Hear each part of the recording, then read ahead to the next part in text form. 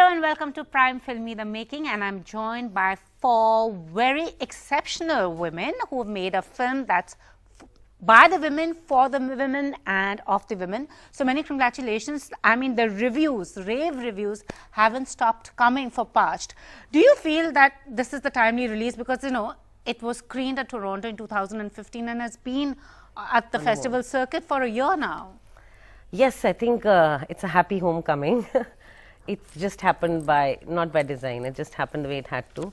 I think everything has its own fate, and Parched wrote its own story in the way it had to play out, and we're very happy to be home because I don't think we would have had closure without, you know, sharing it with the people from where it was born. And so also you're talking about these women in rural India. So what was basically the idea behind doing Parched? Because now we are seeing a lot of urban stories of, you know, brave women fighting the battles that living alone in an urban city that, you know, throws up. So conversations in a village. Coming back to Bombay, I realized I'm not writing their story. So also the whole concept of judgment, everything is happening there. For us, it's happening in the villages. For the West, it's happening in the East. And I realized these women are me. They are stories which are happening right here in Bombay, in my backyard. And then I shared my script with friends across the world, and they wrote back more stories. And I said, that's the irony, that we are talking about this small little village where there's no education, there's not much access to information, but that resonance of those stories is worldwide.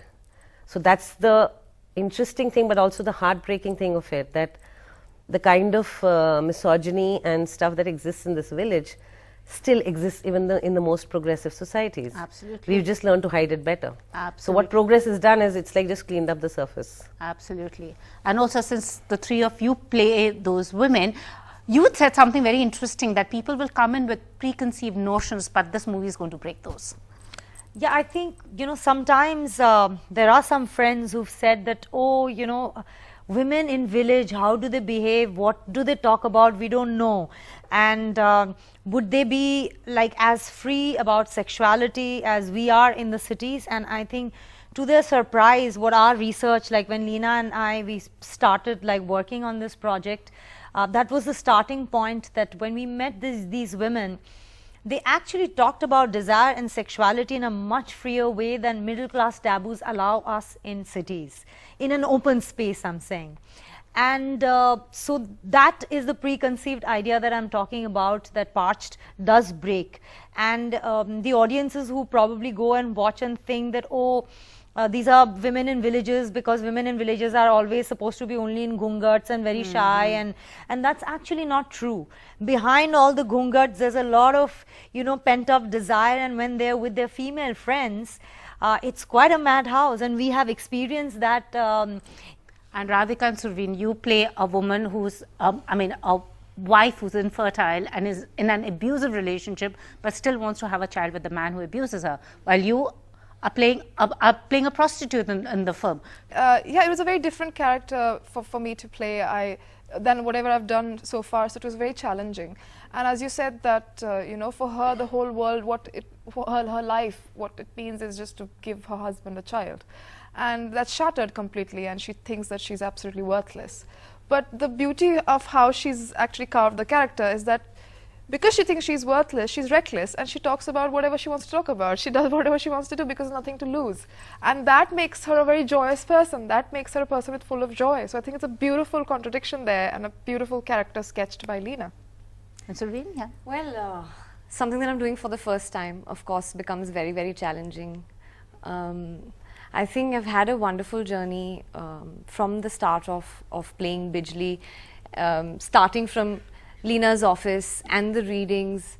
I think it's a very, very interesting, multi-dimensional character. She has such a role to play in the lives of her two best friends, which actually it's a vice versa role that all of us play in each other's lives, because while I'm the getaway for them, somewhere deep down inside they're the getaway for me from the current and the present life that I lead. You know, you could not be best friends with women, but I think it's so important as women to to just bond as women. Absolutely. You know, and sometimes they say understand and women share stories. actually are the ones who actually pull other women down. Absolutely, absolutely. And that's what we should really, really stand up for. And such fantastic reviews coming in, and also from women in the film industry saying that, you know, it's so heartening to see that women are now telling our own stories and film folk are willing to do those stories.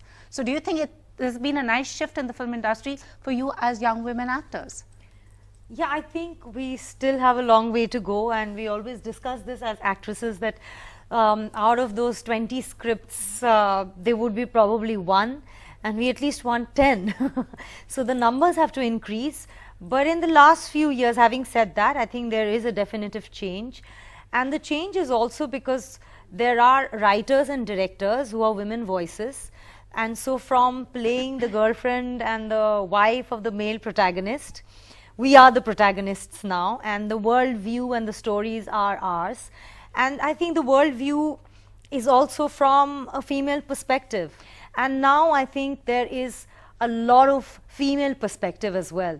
And that is, I think, a very, very interesting shift and a change, but it needs to change a lot more. I think the day, yeah. sorry. No, please. I think the day we stop calling films that have protagonists, the women playing protagonists, as women-centric and women-oriented films, and female director, as Leena hates it, you know, being called a female director, because we don't call male directors male directors. Absolutely. I think that will be the sign that yes, we're very close to change. Also, like, I mean, the three of you have carved a niche for yourself. You don't have a godfather or a filmy name attached to yourself. So as you've depicted these rural women, but what are the struggles of an urban woman in the cutthroat world of cinema? The single urban woman. I think it's not only in the cutthroat world of cinema. It's a cutthroat world in every profession, or it's a cutthroat world just living in urban spaces for men and women, for animals, for nature. Everything is abused. We hear like sordid stories about accommodation nahi milta hai, wo nahi hota hai. Yeah, I think that's true for everything in urban spaces. But I just feel that it's not just for women. I mean, if we talk about the industry, because you specifically asked about the industry, I think it's for both the people. So what do you want to see emancipation from in the film industry? Because we hear a lot of stories, be it pay parity, be it that casting couch. I think it should be more organized. You know, I think it should be more organized. I mean, we were talking about casting couch earlier, and the situation has improved now than what it was, I believe. Yeah. So, not because there are lesser people asking for those favors, but there are more people saying no to it, and they're making their own rules, and they're making their own. But then you are even she spoke about it. You are the few people who have said no, but there are many who feel that they need to do it, but are never the ones to come out in the open and talk about it. Yeah, but I think there are more people saying no now. Yes, I really believe so. Yes. And there are lots of casting directors who have an organized system of working, who are introducing a way of functioning, an institution that can absorb people. More legit. See, exploitation is not going to stop as long as human race is alive. So we need to say no more. In the sense, it's human nature. How much ever we don't like it. I think as women get more confident, educated, independent, and less insecure, I feel it'll become less because we would say no. More of us would say no. And exactly, I would second that what Radhika is saying is that it's not that people are not asking for it, but I feel that in the last few years, the number of people asking has reduced because more people are saying no. But then we've heard like the people like you, like Tiska Chopra said that, I laughed it off saying, are you crazy? Never, not me. But there are many on the other hand, like you had Ranveer Singh who said that he also was approached, but he said no. But there are many who give in to it. I mean, what do you think is the reason those people don't want to come out in the open and say, no, because they made a choice. Yeah, it's their choice. Gave in means it's a choice. And if they've made that choice, then whatever the consequences, I think it's theirs. I mean, rightfully so.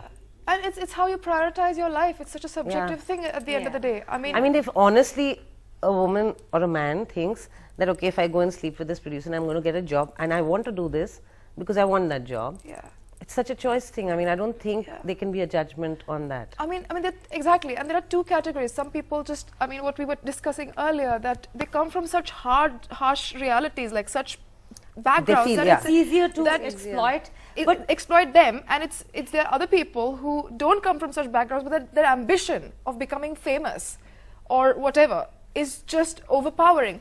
So it's very difficult to have one statement made for all these scenarios.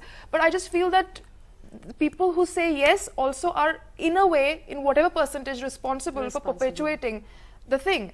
And I think it's easy for me to sit on this chair and say no, because the people fighting bigger battles. But it's also my responsibility to help as I grow bigger and make sure that I don't exploit anybody, or I make sure that whatever I can do, I do that, because many times you're not even aware you're exploiting the other person. Conditioning can be that strong. Absolutely. Probably the next movement is we all have to stand together and say no. Yeah, absolutely. And also then talking about misogyny in the industry, a lot of women, like even Kangana Ranaut, have spoken up openly, taken on the misogynist male hero, and also embraced his sexuality openly. But there also a woman like her gets branded also. Do you also think there is a dichotomy, the industry is regressive somewhere? It is regressive, but I also feel, my heart also goes out to a lot of men, and it does, because you have this image of, I have to be this macho man, and I have to have muscles, and I have to look a certain way. It's really sad, because there are men who are so delicate and so beautiful, and they become these people who you just stop recognizing when you've known them. But I'm saying, so they're both sides to it. And the way women have to come out in the open and be okay with their sexuality, men need to do that too.